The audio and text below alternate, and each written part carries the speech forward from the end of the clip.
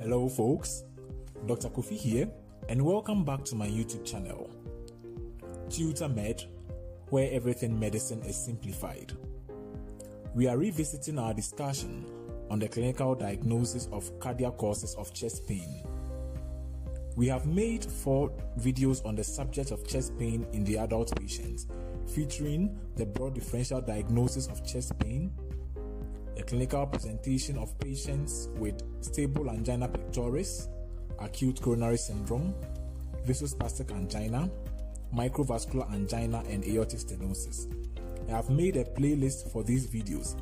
Kindly find the link to that playlist in the video description below and support us by subscribing to our channel.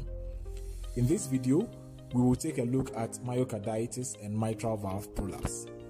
Let's quickly get into this. Alright, and so let's begin with myocarditis. This is an inflammatory disease of the cardiac muscles, and it can be due to an infection, viral infections such as Coxsackie-B virus or adenovirus. It can also be due to other organisms, bacterial, parasites, fungal. It can also be due to a non-infectious cause like exposure to cardiac toxins, including alcohol and arsenic, sometimes hypersensitivity reactions from some antibiotics like penicillins. Now, the inflammatory process could be focal or diffuse, involving the myocardium of all 4 chambers. Myocarditis is a tricky one. There is no population-based epidemiologic study that has defined the presenting symptoms of myocarditis, and in part, this is due to the absence of a safe and sensitive non-invasive test to confirm the diagnosis. Endomyocardial biopsy, which is done to confirm the diagnosis, is invasive and not routinely done. So because of the limited study, myocarditis is said to have variable presentations. It can be subclinical, that is without symptoms, or can present with fatigue and features of heart failure, cardiogenic shock, arrhythmias, and even sudden cardiac death. Now, the presentation can be acute or chronic. Acute, which is defined as the condition occurring with symptoms of heart failure developing within 3 months, while the chronic is said to be myocarditis in which heart failure has developed over 3 months. And so now let's look at the clinical manifestations. The clinical manifestations can be non-specific or cardiac manifestations. And so for the non-specific features, a history of upper respiratory tract infection or enteritis is very important. In fact, up-to-date reports that in a series study of patients with biopsy-proven myocarditis, about 36% of them had a history of upper respiratory tract infection or intestinal infection. Another non-specific feature is muscle ache and then muscle tenderness. Many of the cardiotropic viruses, that is viruses which cause inflammation in the heart, like Coxsackie-B virus, are also myotropic, and so there is a concurrent muscle ache. Other symptoms include fatigue, fever, etc. Then we move to the cardiac manifestations. They may come with chest pain. They may come with symptoms of heart failure, like exertional dyspnea, autopnea, bilateral leg swelling. And they may have arrhythmias, which may manifest as palpitations, and then on examination may manifest as irregular radial pulse. And so when do we suspect myocarditis? Like we said, myocarditis is a very difficult diagnosis to make, especially on clinical grounds. For that reason, our threshold for its suspicion should be very, very low. Among numerous instances, one clear instance to suspect myocarditis is a patient who presents with or without cardiac manifestations. We do an ECG and it suggests ischemic or acute myocardial injury like ST segment changes, etc. Or it shows arrhythmias, which is rhythm anomalies. Then we do cardiac troponins and it is high, but the patient lacks cardiovascular risk factors and also coronary angiogram is normal. that is, there is no blockade, we should suspect myocarditis in such a patient. Sometimes the inflammatory myocardium may affect the surrounding pericardium, and so patient has symptoms of pericarditis with elevation of cardiac biomarkers. If this happens, we should think of myopericarditis, which is a spread of the inflammation from the myocardium to the surrounding pericardium. And so the diagnosis of myocarditis can be made in two ways. One is a definitive diagnosis, which is by endomyocardial biopsy. You biopsy the myocardium and then you do histopathology on it for the features of myocarditis. Then the second is what is called clinically suspected myocarditis. Now let's look at the criteria for clinically suspected myocarditis.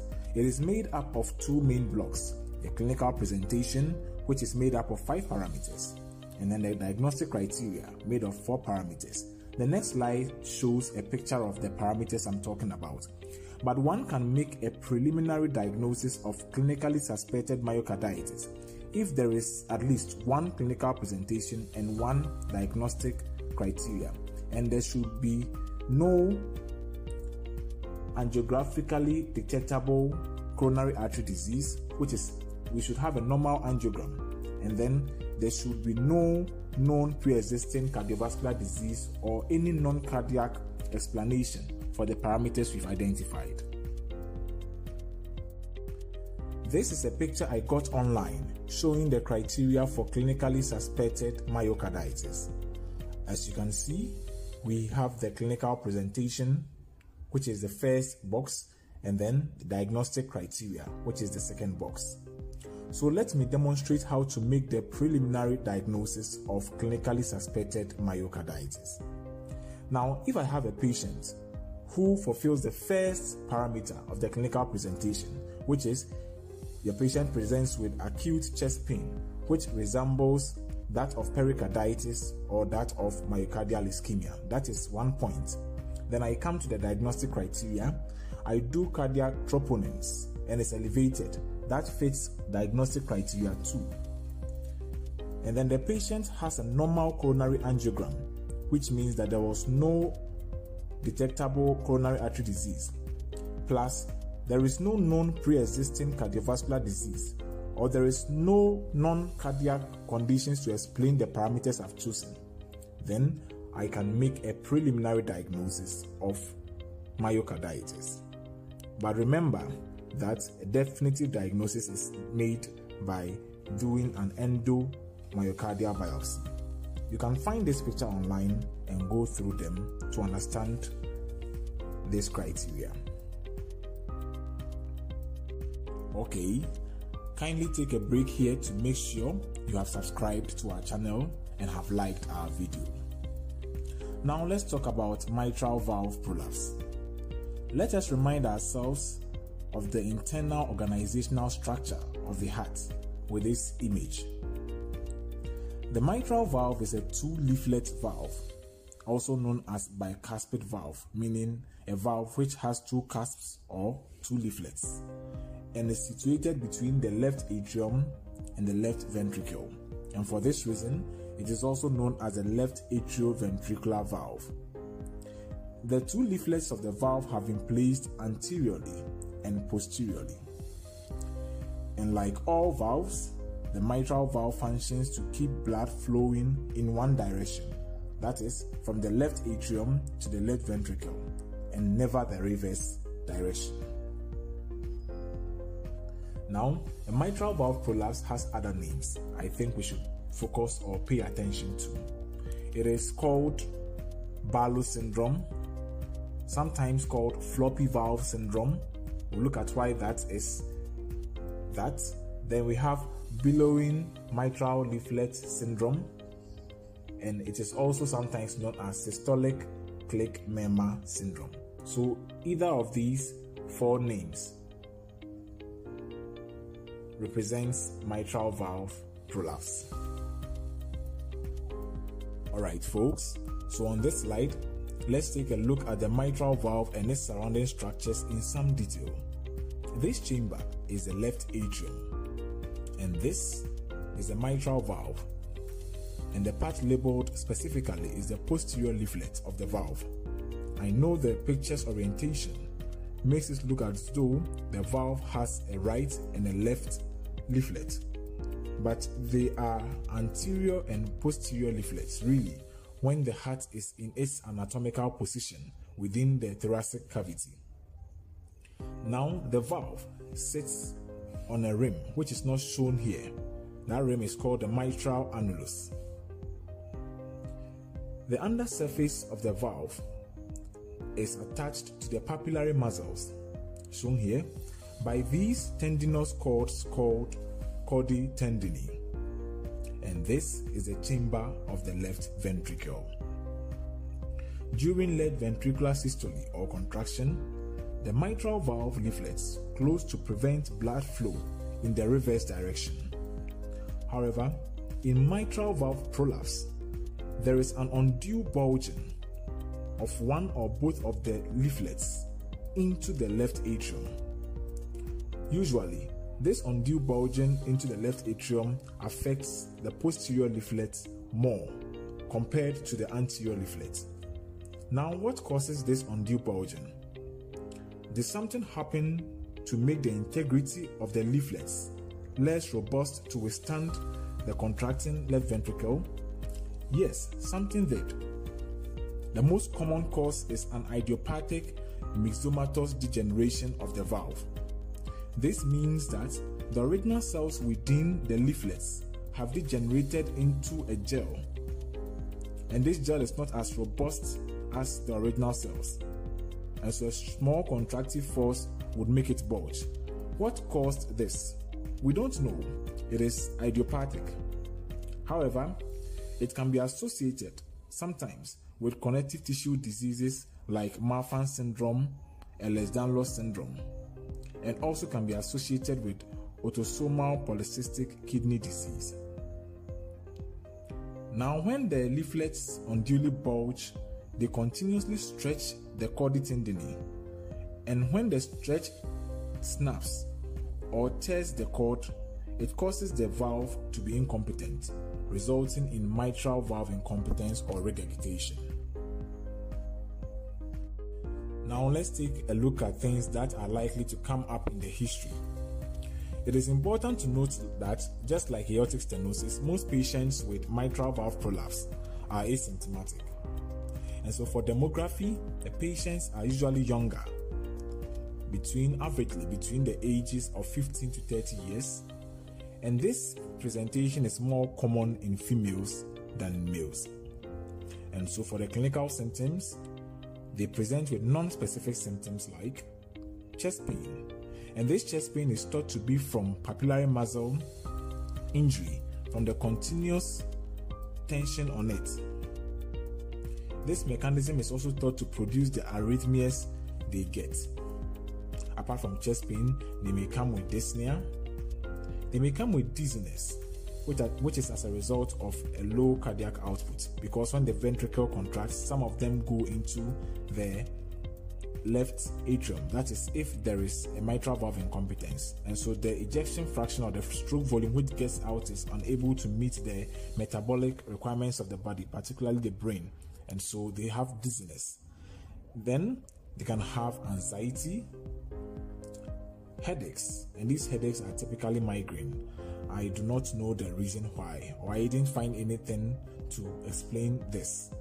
It is important also to note that, like aortic stenosis, because they are asymptomatic, physical exam often gives the first clue to investigate the patient for mitral valve prolapse. Yes, and so what can we find on physical examination in a patient with mitral valve prolapse? On auscultation, we may hear mid-systolic click or clicks.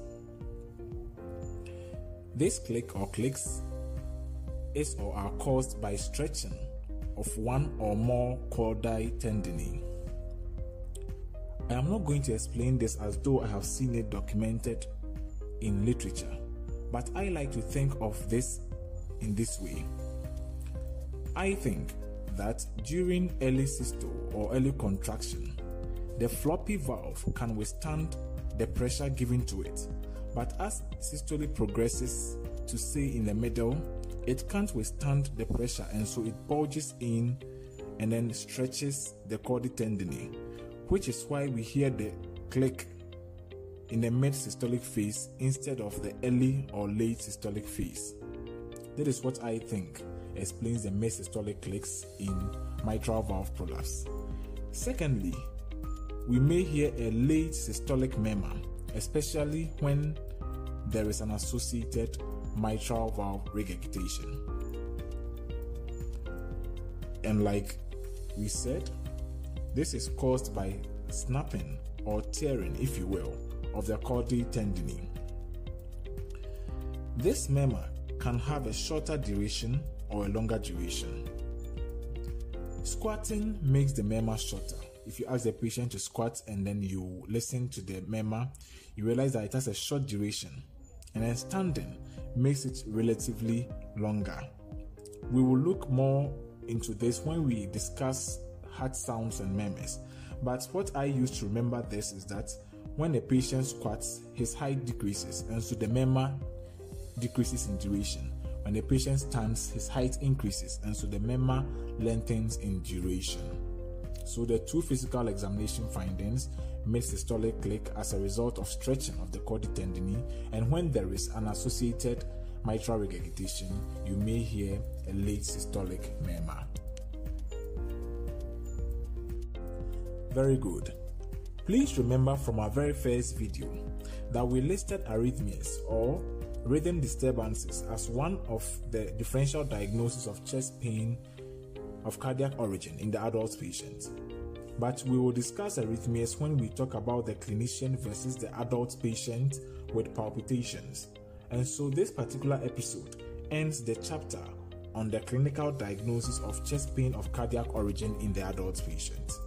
And so to summarize these things, anytime you think your patient may have chest pain of cardiac origin, you should consider the following differential diagnosis. 1. Stable angina pectoris. 2. Acute coronary syndrome, which is made up of unstable angina pectoris, non-ST segment elevation myocardial infarction, abbreviated as NSTEMI. Then you should think of ST segment elevation myocardial infarction, abbreviated as STEMI. Then, apart from these, you should think of vasospastic angina, microvascular angina, we've discussed these things already, aortic stenosis, myocarditis, and the mitral valve prolapse. So subsequent videos in this series will address how to investigate each of these cardiac conditions and how to manage each of them. And so please do not forget to hit the subscribe button, like and share our video if you have not done that yet. And see you in our next tutorial. Until then, bye.